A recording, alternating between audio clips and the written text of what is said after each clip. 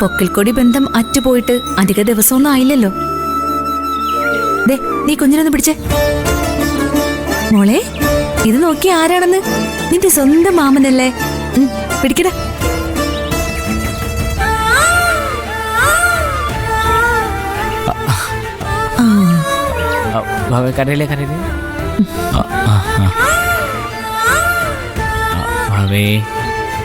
പണ്ടൊക്കെ തറവാടുകളില് അച്ഛനേക്കാള് സ്ഥാനം അമ്മാവനായിരുന്നു.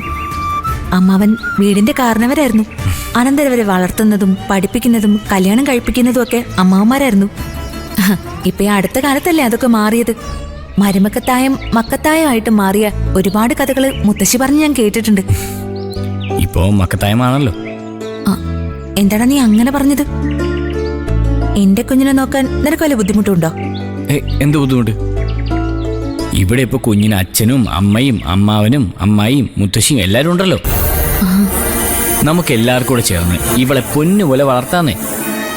ആരുണ്ടെന്ന് പറഞ്ഞാലും അമ്മാവനും അമ്മായിക്കും നല്ല കുടുംബങ്ങളിൽ ഇപ്പോഴും ഒരു സ്ഥാനമുണ്ട്. ആയിക്കോട്ടെ, നമ്മുടെ ഇത് നല്ല കുടുംബമാണല്ലോ. അപ്പൊ എല്ലാവർക്കും ഒരു സ്ഥാനം ഉണ്ടായിക്കോട്ടെ. എന്നാലും അതല്ല മോനെ, ഇവളെ ഞാൻ നിന്നെ ഏൽപ്പിക്കുക. അത് സന്തോഷമുള്ളൊരു കാര്യമല്ലേ? ആണല്ലോ. അപ്പൊ പിന്നെ ഇവളുടെ ഉത്തരവാദിത്വം മുഴുവൻ നീ അങ്ങേറ്റോ. എന്താടാ, നിനക്കെന്തെങ്കിലും പ്രശ്നമുണ്ടോ? എന്ത് പ്രശ്നം? ഇവള് ഞങ്ങളുടെ കൂടെ മോളല്ലേ. നിങ്ങളുടെ മാത്രം മോളാണെന്ന് വിചാരിച്ചാലും കുഴപ്പമൊന്നുമില്ല. ഇവളെ നിങ്ങൾക്ക് തരുന്നതേ എനിക്ക് സന്തോഷമേ ഉള്ളൂ. അല്ല, ഞാനിപ്പോ അങ്ങനെ തന്നെയാ തീരുമാനിച്ചിരിക്കുന്നതും. എന്ത്? നാളെ എനിക്കെന്തെങ്കിലും പറ്റിയ ഇവളെ നിങ്ങൾ വേണ്ടി നോക്കാൻ. ചേച്ചിക്ക് എന്ത് പറ്റാൻ? ചേച്ചി ഇതെന്തൊക്കെയാ പറയുന്നേ? അല്ലട മോനെ, മനുഷ്യന്റെ കാര്യമല്ലേ. ആർക്ക് എപ്പോഴാ എന്താ സംഭവിക്കാന്ന് പറയാൻ പറ്റില്ലല്ലോ. എനിക്കെന്തെങ്കിലും സംഭവിച്ചാലും പേടിക്കാനില്ലെന്നാ ഞാൻ പറഞ്ഞത്. എന്റെ കുഞ്ഞിന് നല്ല സ്ട്രോങ് ആയ ഒരു അമ്മാവനും അമ്മായിയും ഉണ്ടല്ലോ. ചേച്ചി എന്തിനാ ഈ ആവശ്യമില്ലാത്ത കാര്യത്തെക്കുറിച്ചൊക്കെ ചിന്തിക്കുന്നേ? ഇവിടെ ആർക്കും ഒന്നും സംഭവിക്കാൻ പോണില്ല. ഞാൻ പറഞ്ഞില്ലേ, നമ്മളെല്ലാരും കൂടി ഉത്സവം പോലെ ഈ കുഞ്ഞു വാവയെ വളർത്തും. അത് മതി. നീ അത്രയും പറയുന്നത് എനിക്കൊന്ന് കേട്ടാ മതി.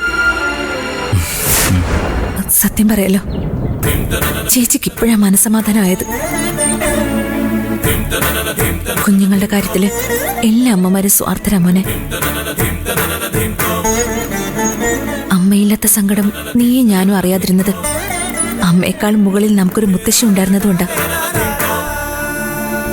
നമ്മുടെ അമ്മ പോയപ്പോ ആ സമാധാനത്തോടെ ആവും പോയിട്ടുണ്ടാവുക.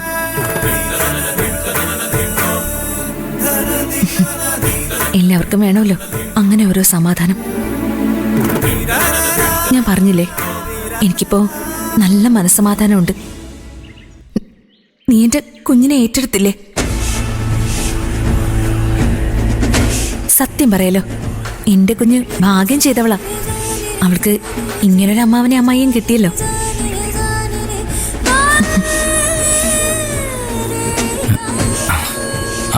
മോളുറങ്ങി.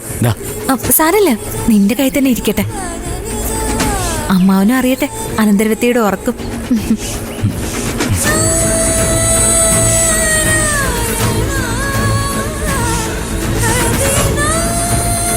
എന്തൊക്കെയാണ് ഇവിടെ സംഭവിച്ചുകൊണ്ടിരിക്കുന്നത്?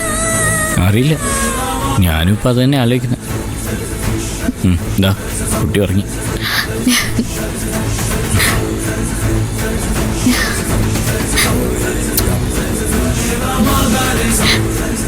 വിശ്വസിക്കാമോ ഇതൊക്കെ?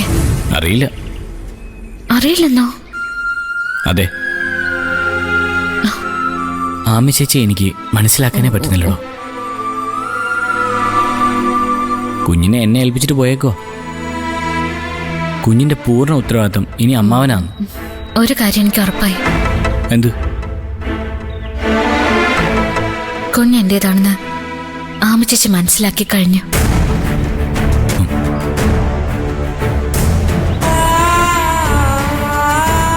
അല്ലെങ്കിൽ പിന്നെ ഇങ്ങനൊരു മനമാറ്റമൊക്കെ ഉണ്ടാവോ?